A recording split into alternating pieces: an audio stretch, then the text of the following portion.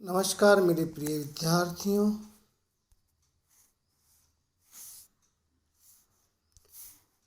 हम आपके पाठ्यक्रम का जो 5वां पाठ है, जो कविता है दोस्तों, यह एक मध्ययुगीन कविता है और इस मध्ययुगीन कविता का हमें आज अध्यापन करना है। जो इस मध्ययुगीन कविता में दो कविताएं हैं दोस्तों, एक है गुरुबाणी और दूसरी कविता है वृंद के दोहे। तो आज हम जो हमारे पाठ्यक्रम की जो पहली गुरुबाणी जो कविता है दोस्तों, और जिसके रचयिता गुरु नानक देव जी है। गुरु नानक देव जी की यह कविता, यह उनकी जो पद दोहे है, ये सभी के सभी पद या दोहे उनके गुरु ग्रंथ साहब में संकलित किए हुए हैं दोस्तों। तो यह पद पढ़ने से पहले सबसे पहले हम गुरु नानक देव जी का अल्प परिचय देखेंगे। देखिए दोस्तों, पेज नंबर 23 पर देखिए। गुरु नानक जी का जन्म 15 अप्रैल 1469 को रावी नदी के किनारे तलवंडी नामक ग्राम में हुआ है, जो पाकिस्तान में पंजाब प्रांत में आज आता है दोस्तों। और देखिए, इनका बचपन से ही झुकाव आध्यात्मिक चिंतन एवं सत्संग की ओर रहा है। इनका बचपन से ही आध्यात्मिक चिंतन एवं सत्संग की ओर झुकाव रहा है। आपके व्यक्तित्व में दार्शनिक, योगी, गृहस्थ, धर्म सुधारक, समाज सुधारक और कवि के गुण पाए जाते हैं। गुरु नानक देव जी एक सर्वेश्वरवादी है और सभी धर्मों वर्गों को समान दृष्टि से देखने वाले हैं। आपने विश्व बंधुत्व के विचार की पुष्टि की है। गुरु नानक भावुक और कोमल हृदय के प्रकृति से एकात्म होकर जो अभिव्यक्ति की है, वह एक प्रकार से अनूठी है। आपकी काव्य भाषा में फारसी, मुल्तानी, पंजाबी, सिंधी, खड़ी बोली और अरबी भाषा के शब्द समाये हुए हैं दोस्तों। सरल सहज भाषा द्वारा अपनी बात कहने में आप एक सिद्धहस्त रहे हैं। देखिए दोस्तों, इनकी माँ का नाम तृप्ता देवी है और पिता का नाम मेहता जी है, मेहता सिंह। ऐसे महान गुरु नानक देव जी का अंत पाकिस्तान स्थित करतारपुर में सन 22 सितंबर 1539 को हुआ है। इनके नाम से ननकाना नामक गुरुद्वारा भी पंजाब में है, जो महाराजा रंजीत सिंह ने उसे बनवाया है।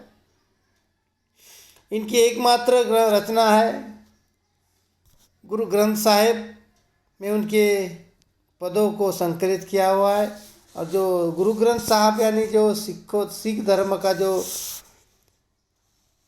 धर्म ग्रंथ है, उसे जो सिख संप्रदाय की जो गुरु परंपरा थी, गुरु गोविंद सिंह के बाद जो परंपरा समाप्त हुई और गुरु का स्थान इस धर्म ग्रंथ को, गुरु ग्रंथ साहब को ही दिया गया है। जैसे हमारे नांदेड़ जिले में सिखों का जो तख्त हुजूर अबचल नगर, सचखंड अबचल नगर जो गुरुद्वारा है, उसे हम इस सिख धर्मों में दक्षिण काशी के नाम से जाना जाता है दोस्तों। और यह जो गुरुद्वारे हैं सिख संप्रदाय के, नांदेड़ के आसपास लगभग 15-16 गुरुद्वारे हैं दोस्तों। तो और उनका जो 10वां गुरु ग्रंथ साहब, गुरु गोविंद सिंह के बाद जो उनका पद परंपरा स्थगित हुई और उनके जो धर्म ग्रंथ गुरु ग्रंथ साहब को ही उनका महत्वपूर्ण स्थान दिया गया है।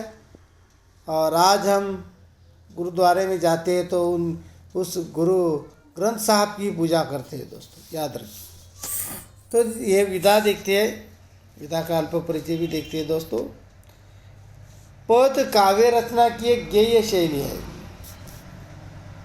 इसके विकास का मूल स्रोत लोकगीतों की परंपरा ही माना जा सकता है।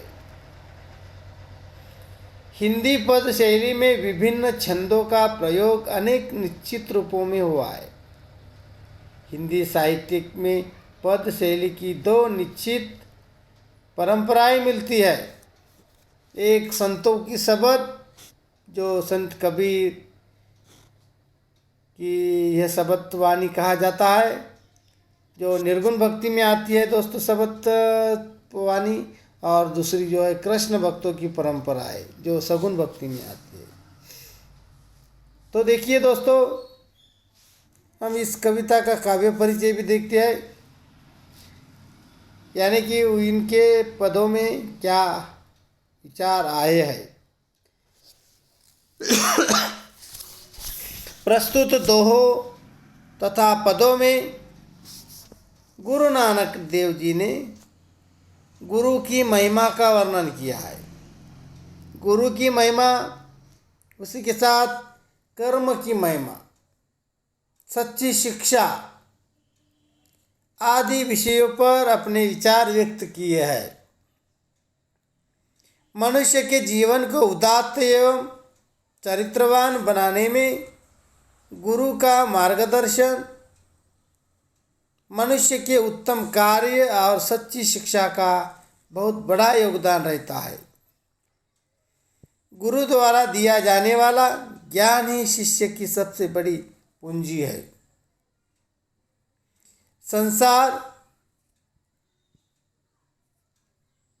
संसार मनुष्य की जाति का नहीं, अपितु उसके उत्तम कर्मों का सम्मान करता है। देखो, संसार कभी भी जाति का उपयोग या जाति के नाम पर बड़ा नहीं होता है, किंतु वह उसके उत्तम कर्मों से, उसके कार्यों से बड़ा होता है, उसे सम्मान मिलता है।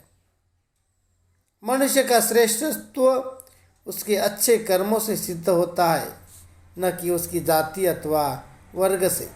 गुरु नानक ने कर्मकांड और बाह्याडंबर का घोर विरोध किया है।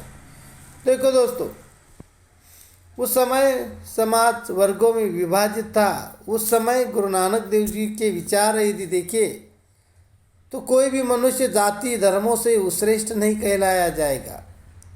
तो वह कैसे कहलाया जाएगा? उसके कार्यों से। उनके जो उत्तम कार्य है, उसके उत्तम कार्यों से उन्हें मान सम्मान दिया जाना चाहिए। उसका श्रेष्ठत्व तो उसके अच्छे कर्मों से ही सिद्ध होगा, ना उसकी जाति से नहीं। इसी के साथ साथ उन्होंने कर्मकांड, बाह्याडंबर आदि का भी घोर विरोध किया है दोस्तों। इसी के साथ मनुष्य के जीवन का उत्तम और सदाचार से परिपूर्ण बनाने के लिए मार्गदर्शन एक अत्यंत आवश्यक होता है, और इसी से शिक्षा प्राप्त कर मनुष्य एक उत्तम कार्य करता है।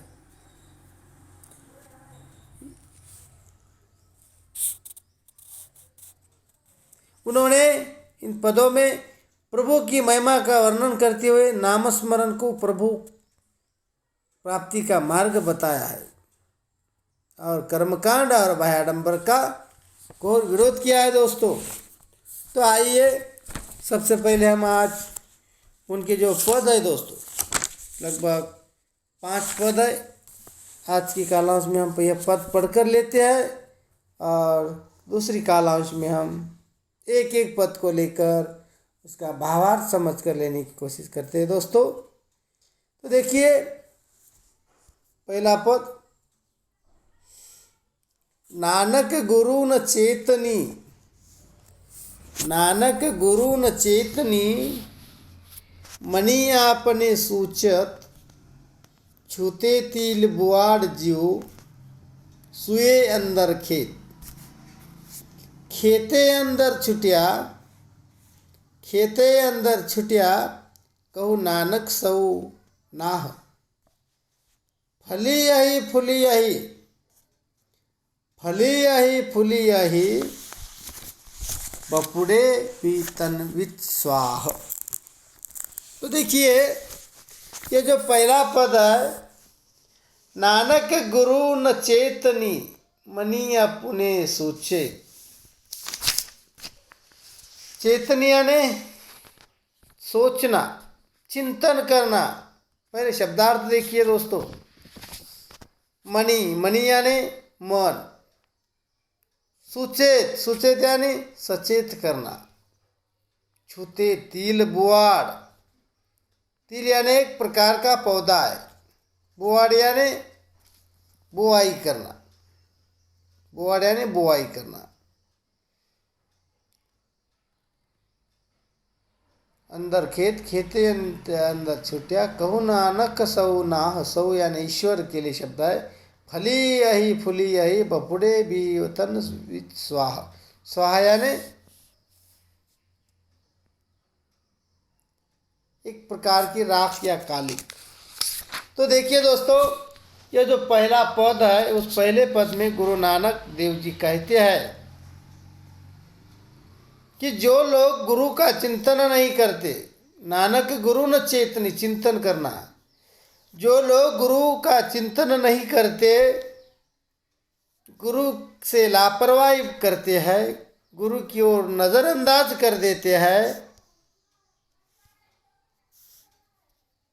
और अपने आप को ही सर्वश्रेष्ठ समझते हैं, अपने आप को ही सर्वज्ञानी सर्वज्ञान संपन्न समझते हैं, मनी अपने सूचित, अपने आप को ही सर्वश्रेष्ठ समझते हैं, अपने आप को ज्ञानी समझते हैं, वे व्यर्थ ही उगने वाली जो तिल का पौधा होता है, व्यर्थ में उगने वाले तिल की उन झाड़ियों के समान होते हैं, जिनकी देखभाल करने वाला कोई भी नहीं होता है।